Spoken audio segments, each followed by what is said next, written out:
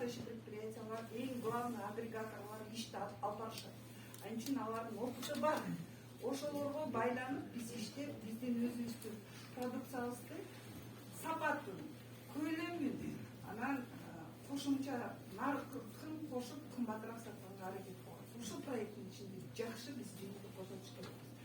Көмөк көрсөтүүчү уюмдарды өтпөй мамлекеттик түрдөн биз Башкент областынан күтүүбүз жерлер боюнча эртерээк чечип, долбоор аз убакытта сиздер менен чогуу биргеликте иштеш керекпиз. Сиздер айтыш керексиздер. Ушундай кылабыз деп атып, эң главный бизде агрегаторлор бар, ошолор менен чогуу сүйлөшөбүз. Консалтинг, биз агровейдер активист, донорлор, Дүйнөлүк банк Алис. Андан тышкары мамлекеттик таможня, лабораториялар бар, Министерство сельского хозяйства, Министерство экономики. Ошолор ушул биздин кошумча нарк чынжырып 7 багытта ушуну иштетип кеткенге көмөк көрсөтүшөт.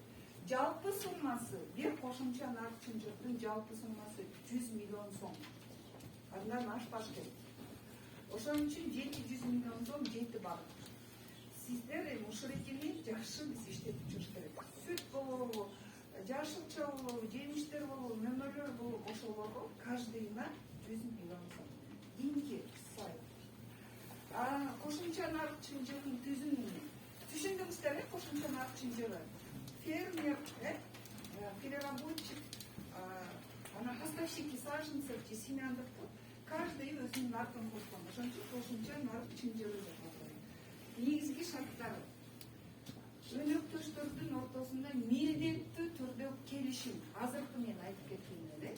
Эгерде Курбаналы байке мисалы переработчик, мен дыйкан, сиз экөөбүздүн ортобузда гана келишим болгондон кийин мен сиздин шартыңызга макулмун деп, сиз менин шартыма макулмун дегенден кийин гана бизге жана бизнес план түзүлүп, баардык нерселерден кийин ошол бизнес план кабыл алынат да, ошондо гана иштейт. Айыл чарба продукциясын өндүрүү үчүн жер участкаларынын болушу менчик жайын. Сиздер уже пландаштырыш керексиздер. Азыр мынакей эмне себептен биз айтып атабыз, дыйкандар, кооперативдер, уже айыл өкмөткө, акимдерге катышып атышаттар. Барып өздөштүрүлбөгөн жерлер болсо да, кайсы жерде бар, кандай кылабыз? Биз азыр кызыктарбыз. Ушул проекттин алкагында ошо жерди өздөштүргөнгө, иштеткенге, бак багытында, тоют багытында деп сүйлөшүш керексиздер. Сиздер жардам бере аласыздар, жер боюнча маалымат бергенге. Райондун акимдери ошону да такташтап кетет. Тиешелүү мамлекеттик органдардан сөзсүз каттоодон өтүш керексиздер. Же ИП, же кооператив, же крестьянское хозяйство, перерабатывающий предприятие. Ушундай сөзсүз түрдө сиздерде статус болуш керек. Эгерде бар болсо сиздерде налог, соцфонд, башка органдарда карызыңыздар жок болуш керек. Башка банктарда карызыңыздар жок болуш керек. Черный списокто банктарда болбош керексиздер. Черный списокто болуп калышат кээ бирлер.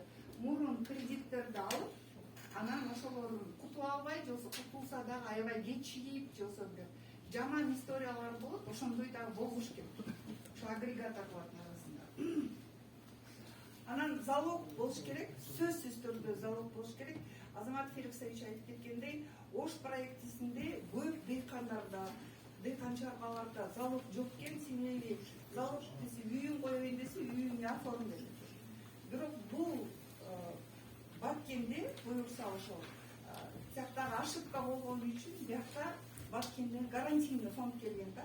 Гарантийный фонд залогтун 2/4 услугасын алышат.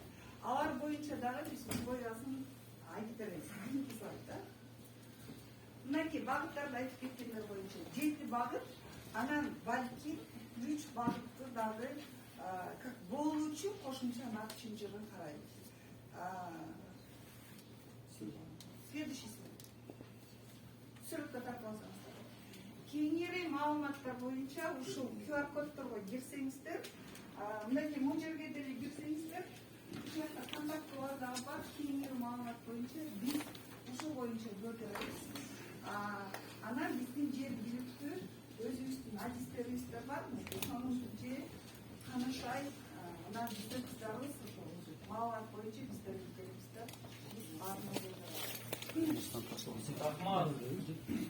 Мен суроолор көрсөк, биринчи суроо уруксат болсо мен берейин. Биринчиден ушул жанагы заявкаларды